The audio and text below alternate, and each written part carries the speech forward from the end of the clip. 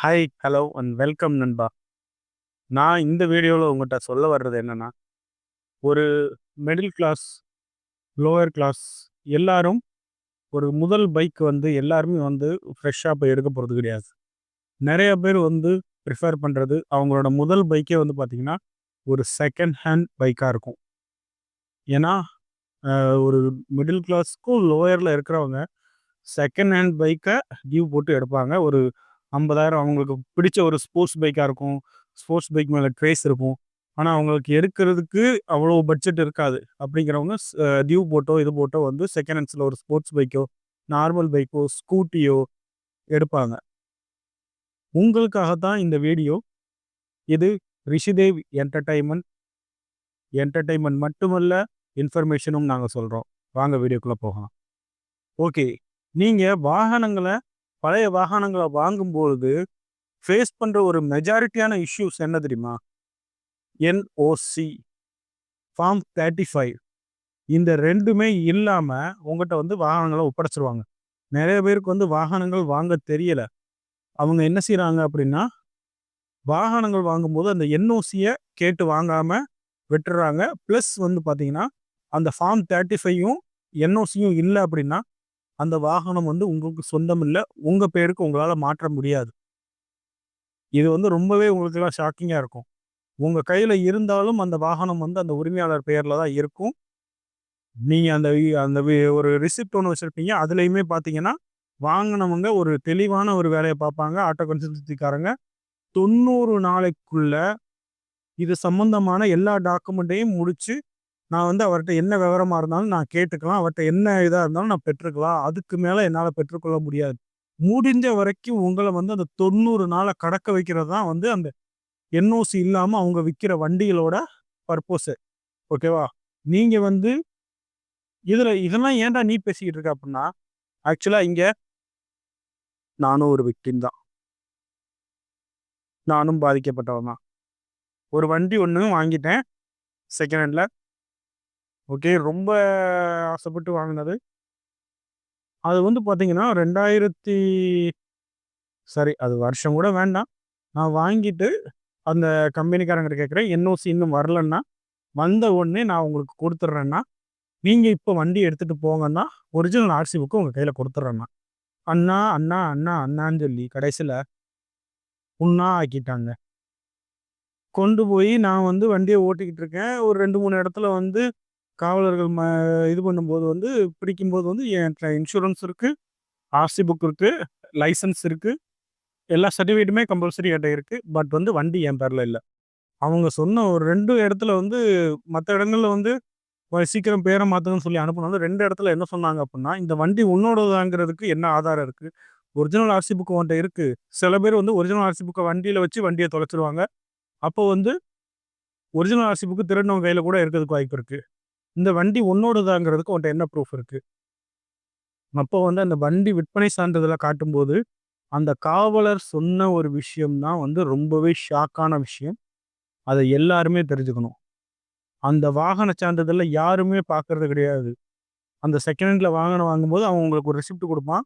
நீங்களும் வாங்கிட்டு வந்துருவீங்க. அதுல கடைசில ஒரு வார்த்தை மென்ஷன் பண்ணியிருப்பான். இது சம்பந்தமான ஆவணங்களை பெறுவதற்கு 90 நாளைக்குள் எந்த விதமான இதாக இருந்தாலும் தொடர்பு கொள்ளலாம். அதற்கு மேல் நிர்வாகம் பொறுப்பல்ல அப்படின்னு. அந்த 90 நாள் கெடு வரைக்கும் உங்கள இழுத்தடிக்க அவனால முடியும். ஸோ, தயவு செய்து நீங்க என்ன செய்யணும்னா, ஒரு 90 நாளைக்குள்ள இந்த என்ஓசியோ, ஃபார்ம் 34 அவன் குடுக்காத பட்சத்தில, நீங்க வந்து ஃபுல் பேமெண்ட் அவங்களுக்கு பண்ணக்கூடாது. இல்ல அவங்கட்டயே நீங்க ஃபைனான்ஸ் பண்ணியிருக்கீங்க. அதே ஓன் ஃபைனான்ஸ் தான் அவங்க பண்ணியிருக்காங்க அப்படிங்கிற பட்சத்தில, நீங்க போய் ஸ்டேஷன்ல கம்ப்ளைண்ட் பண்ணிறணும். 1 மாசம் முடியும் போதே. ஏன்னா, அவன் குடுக்குற ஐடியால இருந்தா 1 மாசத்துக்குள்ளே என்ஓசிய குடுத்துறலாம். என்ஓசிங்கிறது வந்து ஒரு பெரிய ப்ராசஸ்லாம் கிடையாது. ஓகேவா? அவங்க லோன் அமௌண்ட்ட கட்டி முடிச்சுட்டாங்க அப்படின்னா, ஒண்ணு வீட்டுக்கு அனுப்பிச்சுருவாங்க. அது 1 வீக்குள்ள வந்துரும். ஓகேவா? அந்த வீட்டுக்கு வந்த இது என்ஓசி வந்து ரிட்டர்ன் ஆயி போனாலும், அந்த என்ஓசி போய் ஒரு ஹெட் பிரான்ச்ல தான் இருக்கும். அந்த ஹெட் பிரான்ச்சுக்கு வந்து அந்த விற்ற நபர் நேரடியாக போக வேண்டும். இதுதான் மெயின் பாயிண்ட். அவனுக்கு யார் வித்தாங்களோ அவங்க நேரடியா போணும். அவங்க போகலன்னா அந்த என்ஓசி குடுக்க மாட்டாங்க. ஸோ, இவனால தான் அவங்கள கான்டாக்ட் பண்ணி உங்களுக்கு வாங்கி குடுக்க முடியும். இவன் வரல அப்படின்னா, நீங்க வந்து ரொம்பவே கஷ்டப்பட வேண்டியது இருக்கும். அதையும் நான் சொல்லிர்றேன். வாகனங்கள வாங்கும்போது நம்ம நெறைய விஷயங்கள வந்து மறந்துர்றோம். அதே மாதிரி வாகனங்கள விக்கிறவங்களும் நீங்க இந்த விஷயத்த வந்து நல்லா ஞாபகம் வச்சுக்கோங்க. வண்டி நீங்க வித்துட்டேன், நான் வித்துட்டேன், எனக்கு என்ன வந்துச்சுன்னு போகாம, வண்டியோட பேர் மாத்துற வரைக்கும் உங்களுக்கு தான் ரெஸ்பான்சிபிலிட்டி. ஏன்னா, அவன் எடுத்துட்டு போய் அந்த வண்டியில ஒரு கேஸ் வாங்குனாலும், அது உங்க பேர்ல தான் கேஸ் ரிஜிஸ்டர் ஆகுது. அத மறந்துறாதீங்க. இப்ப நீங்க உங்க பேர் ஒரு ஐயனார் அப்படிங்கிற பட்சத்துல, நீங்க ஒரு வண்டிய விக்கிறீங்க. அத வந்து மாடசாமின்னு ஒருத்தர் ஓட்டிக்கிட்டு இருக்காரு. இப்ப மாடசாமி கொண்டு போய் ஒருத்தர தட்டிட்டு எங்கேயோ ஓடி போயிட்டாருன்னா, ஐயனார் மேல தான் கேஸு. வண்டி நம்பர பாத்துட்டாங்க. ரிஜிஸ்டர் பண்ணும்போது ஐயனார் மேல தான் கேஸ் விழும். மாடசாமி மேல விழாது. ஏன்னா, ஐயனார் தான் first party, Madasamy second party.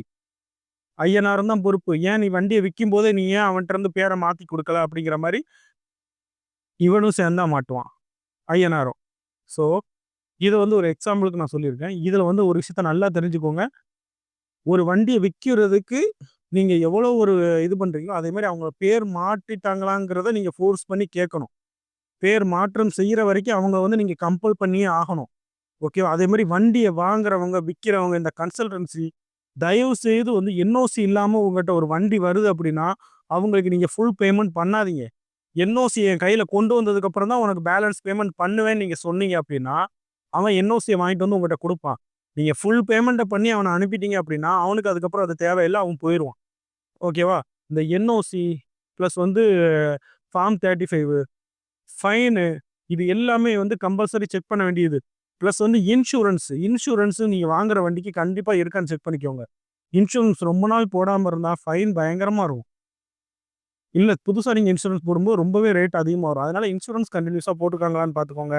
வண்டி மேல கேஸ் ரிஜிஸ்டர் ஆயிருக்கான்னு டிஎன் போலீஸ் வெப்சைட் இருக்கு. அதுல போய் செக் பண்ணிக்கோங்க. ஸோ இந்த மாரி விஷயங்களெல்லாம் பார்த்து நீங்க ஒரு வண்டிய வாங்குங்க. வண்டிய வாங்கும்போது ஒரு 4 இடங்கள்ல விசாரிச்சு டைரக்ட் ஓனர்ஸ்ட்ட இருந்து வாங்க முடியுதான்னு பாருங்க. முடிஞ்ச வரைக்கும் இந்த மாரி கன்சல்டன்சிய வந்து நீங்க தவிர்த்துருங்க. ஏன்னா, ஒரு 100ல வந்து எல்லாரையுமே தப்பு சொல்லிட முடியாது. 100ல ஒரு 60% வந்து இந்த மாரி தான் இருக்கிறாங்க. வண்டிய வித்தா போதும் அப்படிங்கிற மாரி ஒரு மைண்ட் செட்ல தள்ளி விட்டுட்டு போயிருவோம் அப்படிங்கிற மாரி நெனைக்கிறாங்க. அதுக்கு பின்னாடி இருந்து அத மூவ் பண்ணி அத மாத்தி குடுப்போம் அப்படின்னு நெனைக்கிறதெல்லாம் வந்து ரொம்பவே ரேர். ஓகேவா? கார் விஷயத்துல வந்து ரொம்ப இது பண்ணி பண்ணுவாங்க. ஏன்னா கேஸ் பயங்கரமா ஆயிரும். எப்படினாலும் யாராவது ஒரு ஆளு இவங்களே வந்து விழுந்தாலும் அது பெரிய பிரச்சனை ஆயிரும்னா, பைக் விஷயத்துல ரொம்ப கேர்லெஸ்ஸா இருப்பாங்க.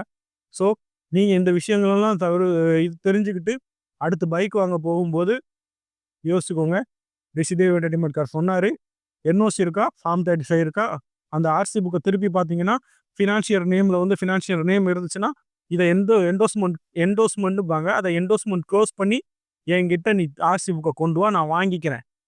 இப்படி சொல்லுங்க. அப்போ இனிமே இந்த கன்சல்டன்சிக்காரங்களோ, வண்டி உரிமையாளர்களோ உங்கள ஏமாத்த மாட்டாங்க. ஸோ, இனிமே இத மட்டும் நல்லா ஞாபகம் வச்சுக்கோங்க. நன்றி, வணக்கம்.